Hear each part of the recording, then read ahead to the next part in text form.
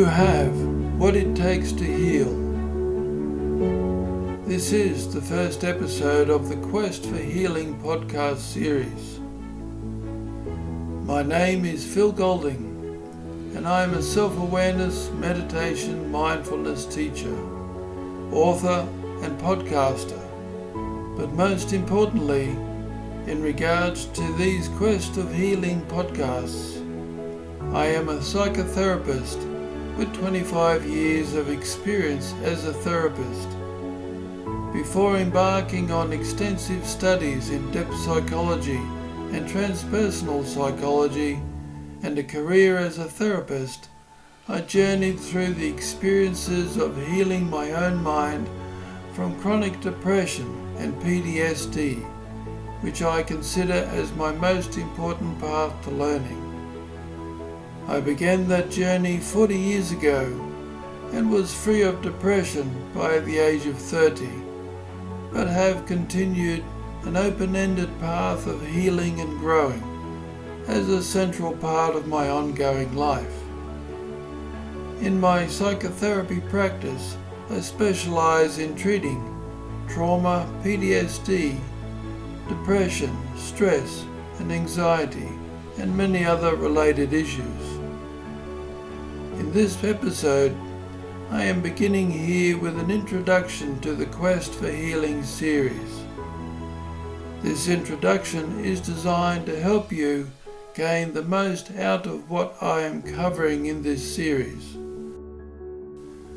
The most important message I want to give you here is that you can heal your mind.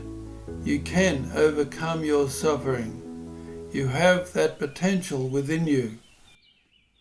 But you also need to understand how the mind works and approach it in the right way. This is so very important to being able to achieve your goals of healing and growing. The next most important thing I want to tell you is to never give up. If it is not working for you, that means either you haven't persisted enough or there is more that you need to learn. At first, it is hard to stay with and have faith in your healing journey while you are trying to face your painful emotions and mental fog.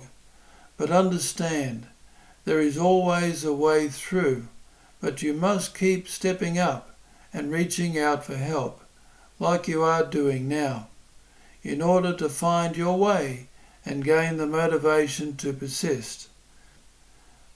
We know how to heal the mind today. It is not a mystery, but it will certainly challenge the ways you have become used to thinking and therefore feeling and acting. The fact that we know how to heal the mind is why you should never give up. The mind is deep and at times complex, so it is essential to persist with the process so as to give yourself the chance to learn what you need to learn, and also to ensure your mind adjusts to the new forms of thinking and feeling.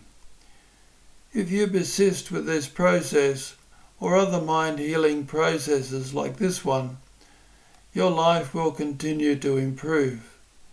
But if you grasp at the solutions, be impatient and lose faith, the opportunity to have the life that you want may elude you.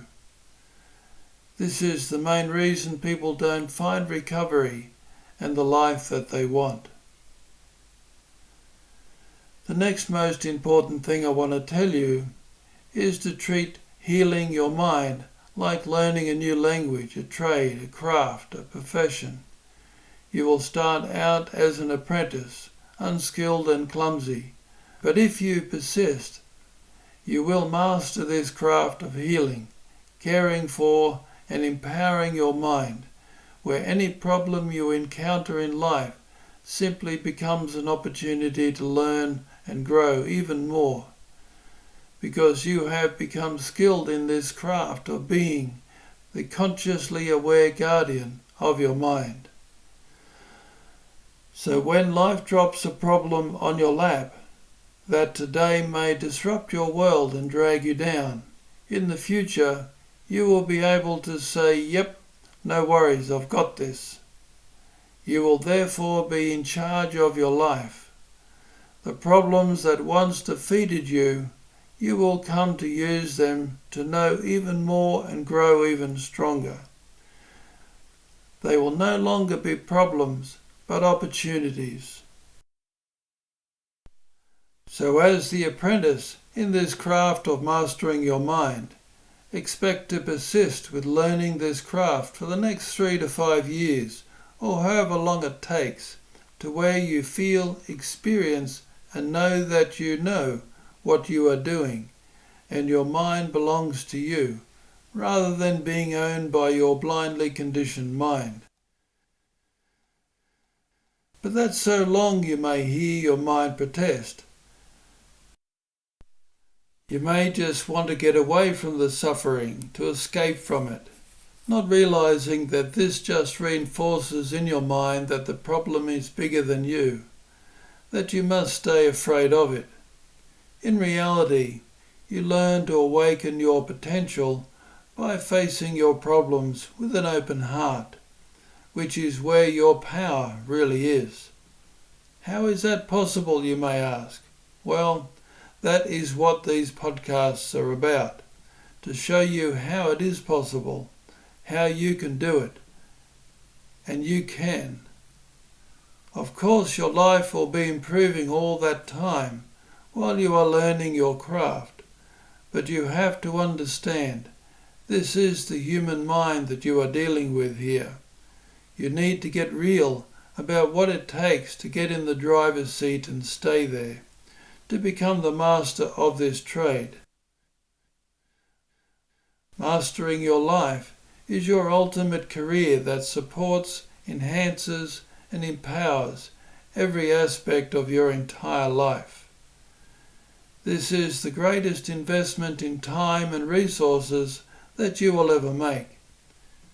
You have the potential to do this, but you have to awaken that potential and literally become your potential. If you are suffering, like I was with chronic depression, suicidal depression at times, know that your mind has been conditioned to be in direct conflict with the real potential you were born with. That is why you are suffering. Our painful emotions are there to tell us that our wheels are out of alignment and in need of some serious adjustment. The final thing that I want to tell you before getting into the body of this introduction is that the essential foundational principles of healing and mastering the mind are universal. If you are healing your mind, gaining balance, self-awareness and empowerment, gaining harmony with yourself and becoming a source of harmony for those around you, then you will be integrating the same set of principles in your life that anyone who is achieving the same things are doing, no matter what time in history that they live in, no matter what the culture, religion, or philosophical path, no matter the language or the symbology that they relate to. What works, works. It is a physics of nature that applies to everyone. In this case, it's the physics of our power of consciousness. Therefore, have no patience for so-called teachers and therapists who tell you that their process is the only process that works, who gives their process some fancy name and makes out that they are the only ones with the answers. The answers have been known since the beginning of recorded history.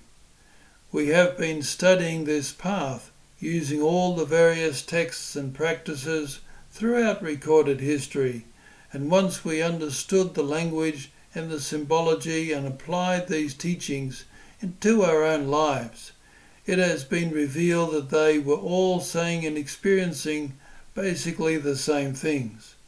So don't look for the differences, look for the similarities. Just because people use different concepts and symbols, that does not mean that they are talking about different things. My version or interpretation of this universal wisdom is contained in my 5-step process for healing, wisdom and empowerment, which I talk about in all my podcasts, including this one, as well as in my books. If other pathways use the same principles, I will guarantee that they will work, if you put them to work in the right way. Therefore, in order to gain the most from this in-depth exploration of the process of healing your mind, it would be helpful to first listen to at least episodes 1, 4 and 6 of my 5 Steps to Freedom podcast series in order to gain a good feel for the 5-step process for healing your mind and gaining wisdom and empowerment. This Quest for Healing series will focus on step 3 of the 5-step process, which is let go and tune in, which is the step that focuses on healing your mind. This first episode of the Quest for Healing series will be an introduction that will help you understand the nature of your mind and how to work with it. It will also be a reminder of what I have taught in my other podcasts about how to understand your potential for awareness and healing and how to put that potential into practice. So let's get started with this first Quest for Healing episode. To understand how to approach the healing process, it is essential to have an understanding of the different levels of your human nature and how they interact with one another. You need to know how to access your potential to heal yourself and how to work that healing process into your mind. You need to know what you are working with in order to master your craft. When we are observing ourselves and learning to be in the driver's seat of our minds, it is important to have a framework of how the different levels or dimensions of ourselves stack up in terms of order of power to better understand how we are able to heal and transform our minds. Firstly, we have our body with its basic functions and its primal survival instincts, such as fight or flight, and our basic senses such as touch, smell, taste, hearing and sight. The body is wired for survival, being instinctually aware of its mortality, so it is naturally vulnerable and prone to fear. The body basically exists within the mind and reacts in its own way to our ongoing mind states. If the mind reacts, the body is bound to react with it, due to the chemicals that these mind states trigger the body to release into its system. If the mind is in a prolonged state of stress, the body will come to suffer the effects of this stress. The mind can even override the body's survival instincts. Self-destructive addictions are a prime example.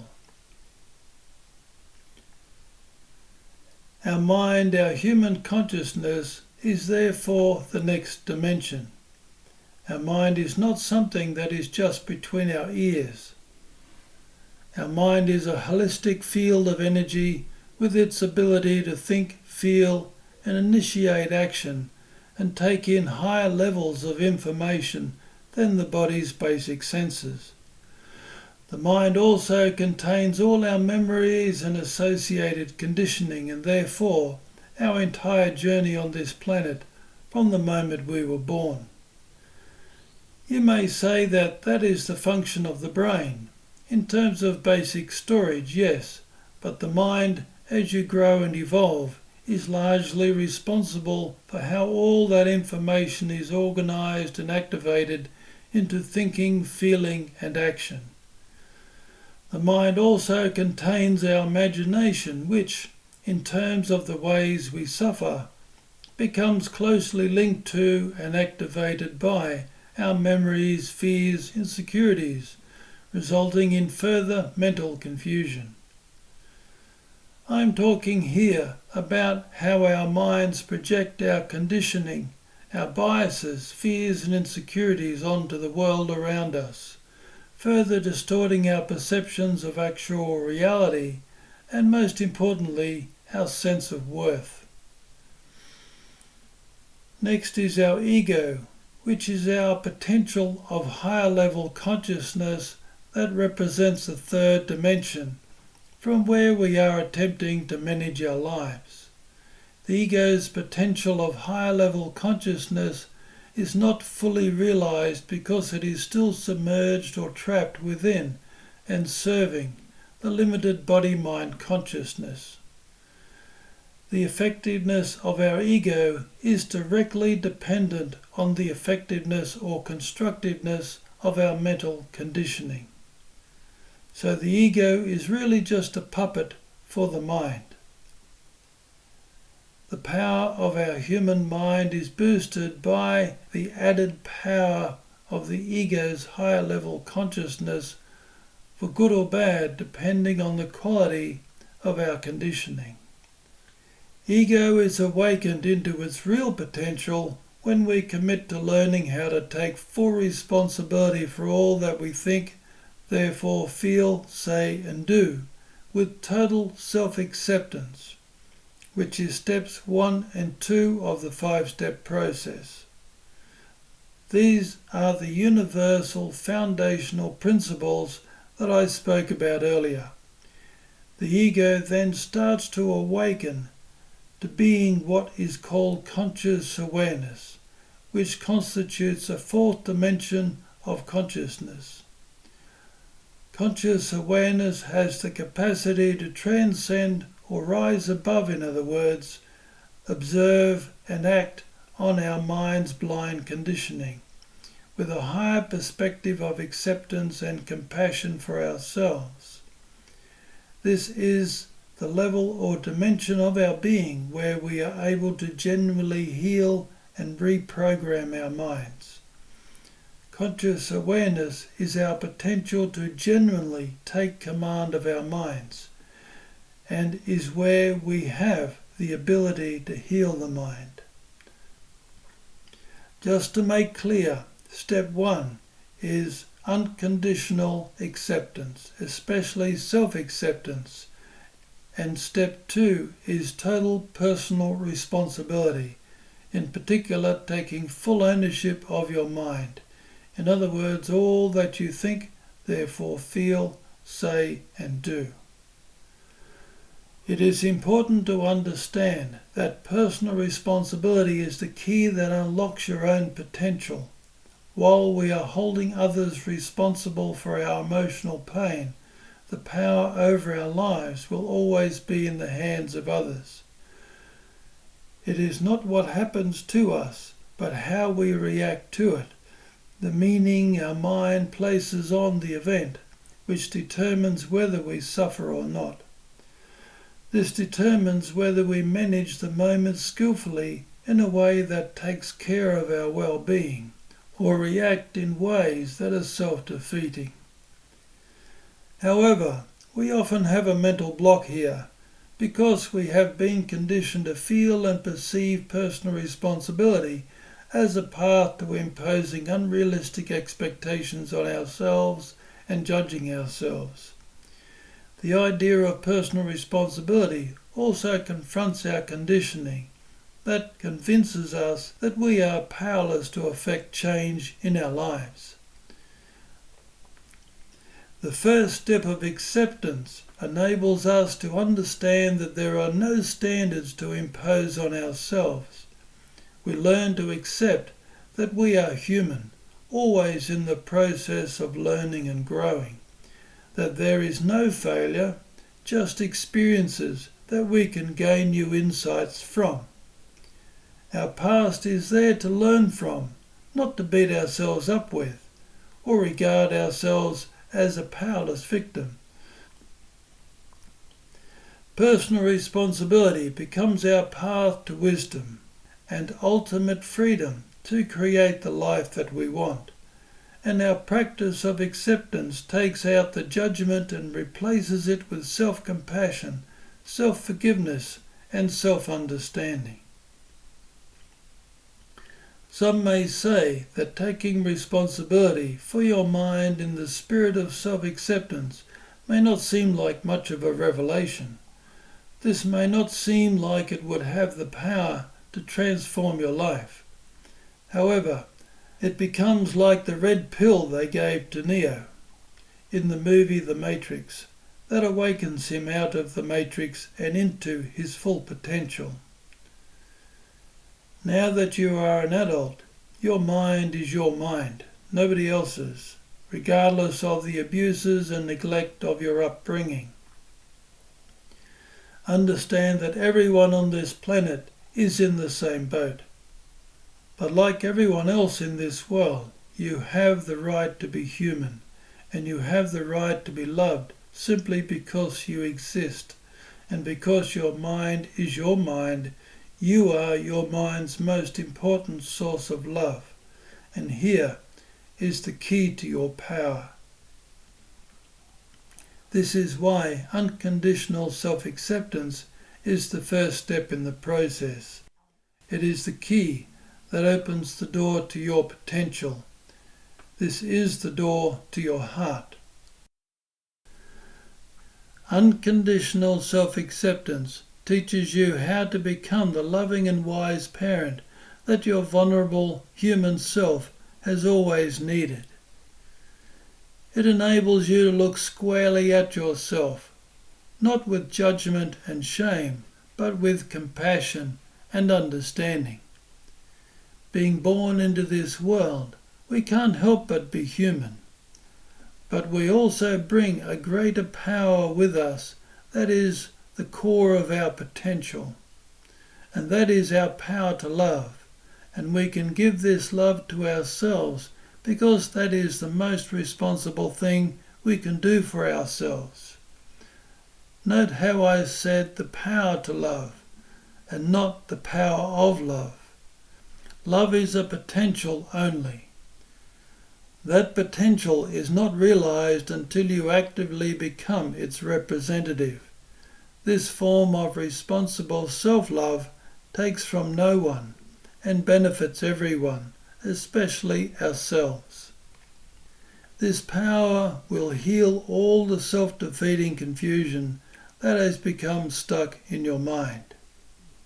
Therefore, unconditional self-acceptance and full personal responsibility activates your ability to compassionately observe yourself from where you can increasingly identify how your mind is causing itself to suffer.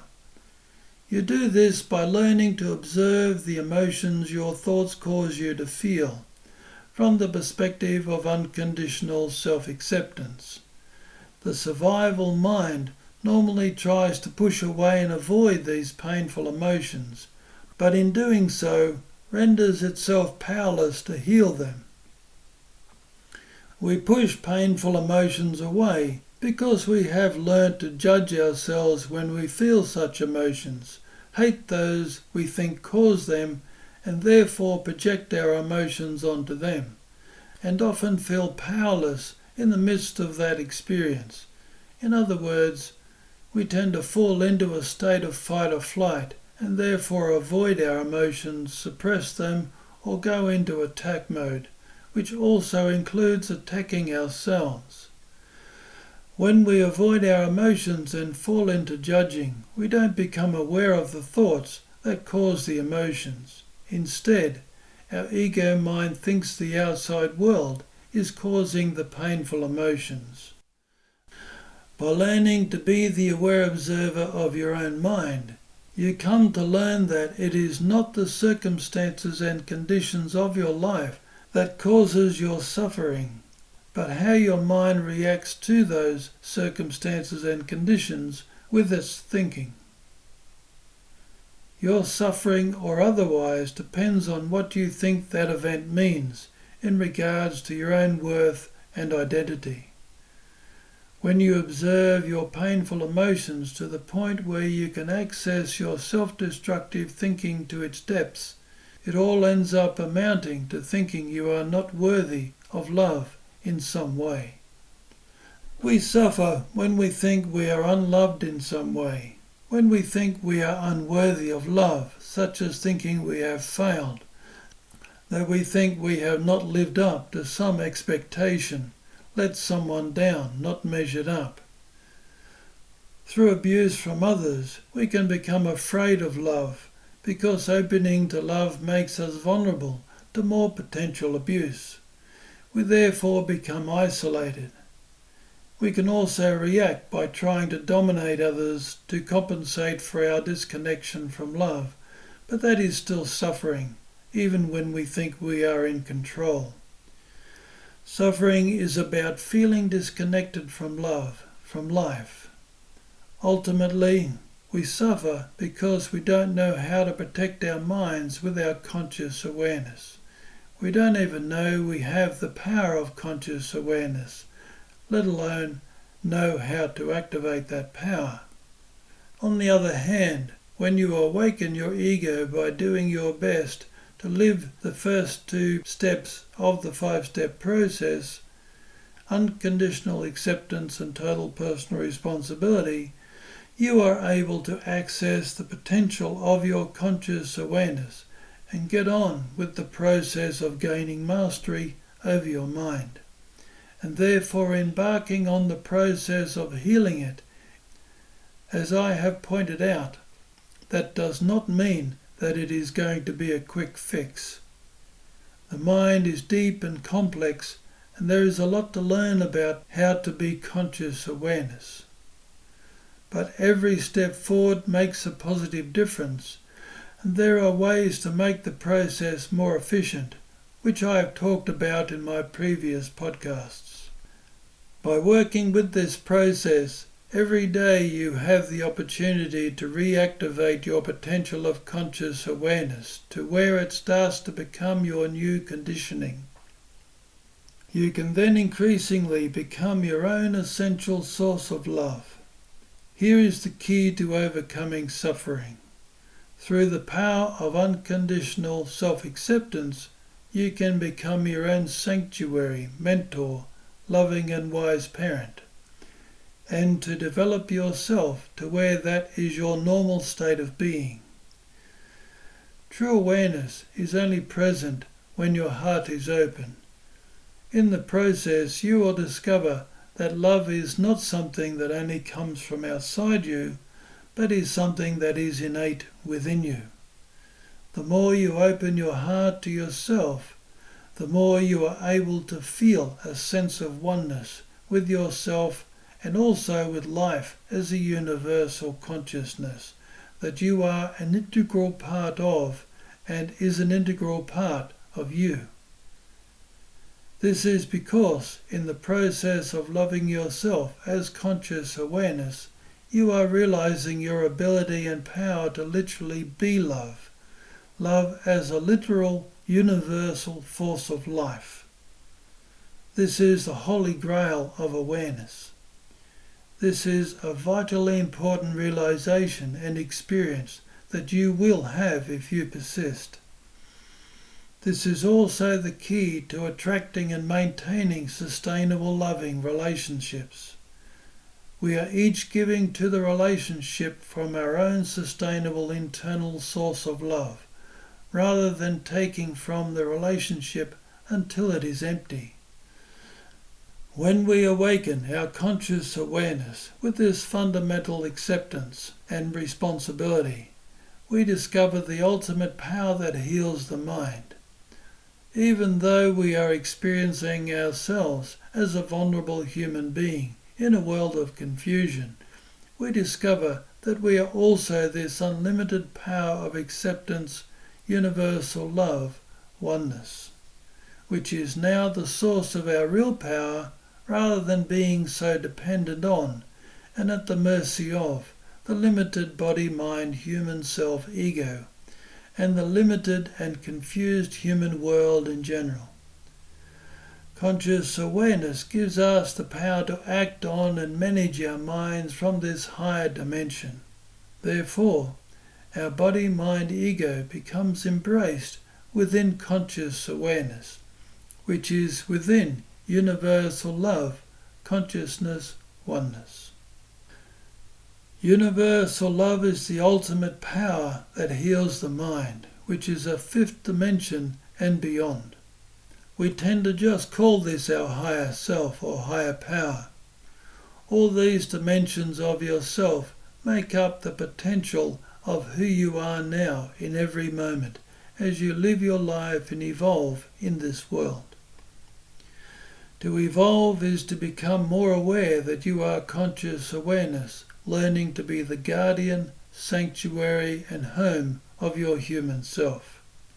In this healing process, we are learning to shift our identity from being the limited human body, mind, ego, human self in other words, to being conscious awareness, the loving guardian of our human self.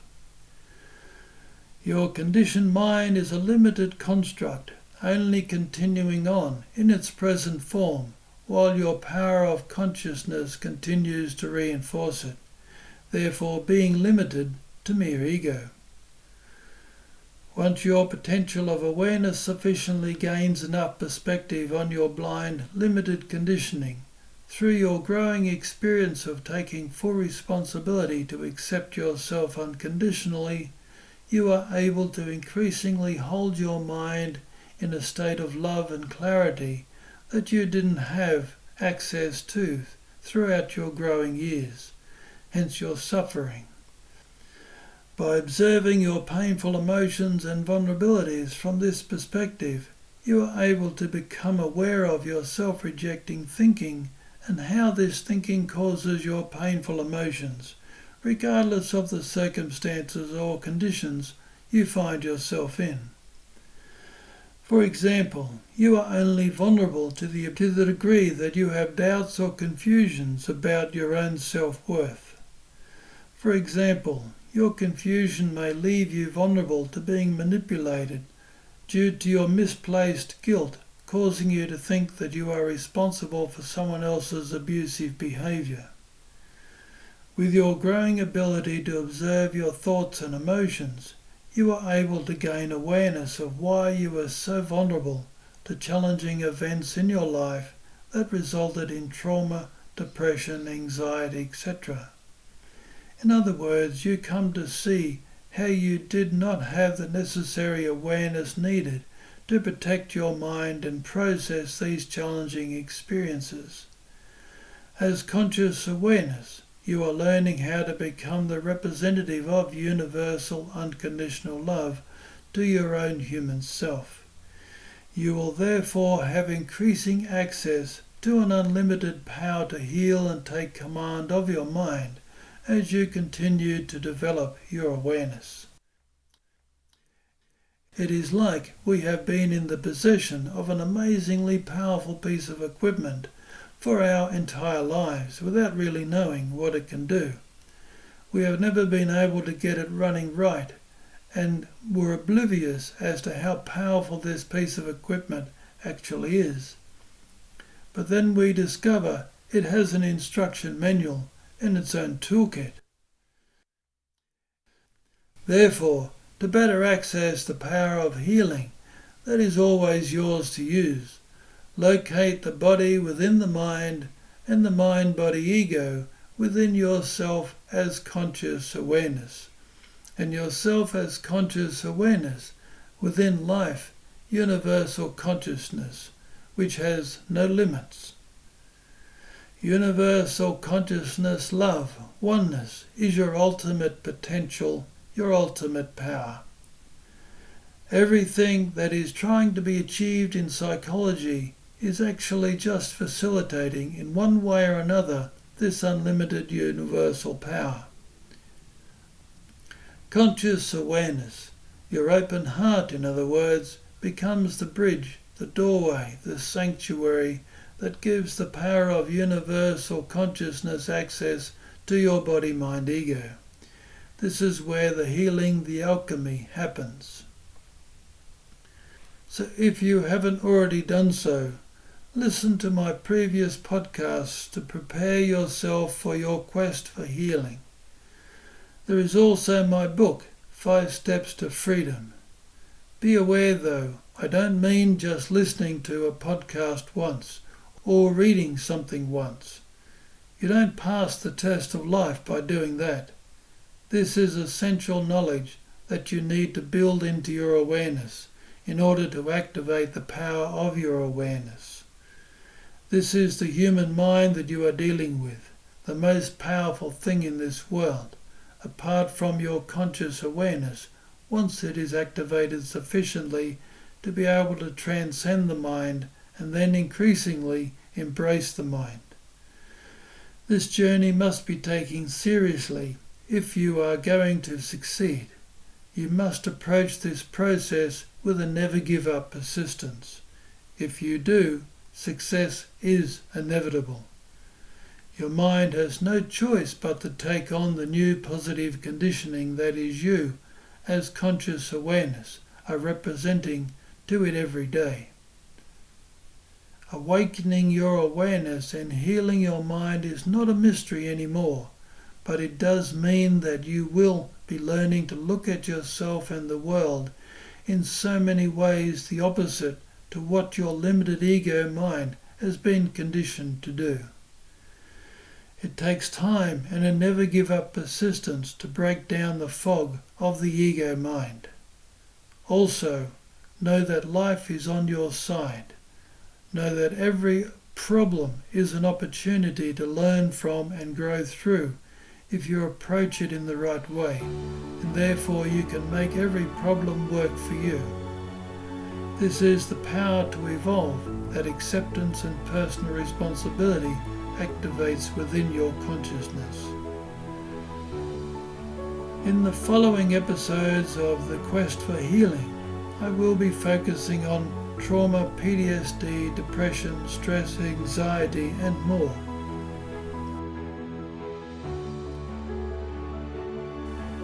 So that concludes this episode.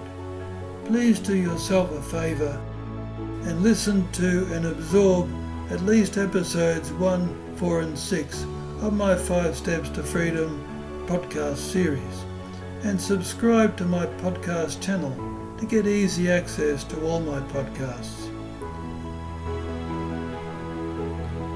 Be your own forever loving and compassionate parent, and love will always warm your heart.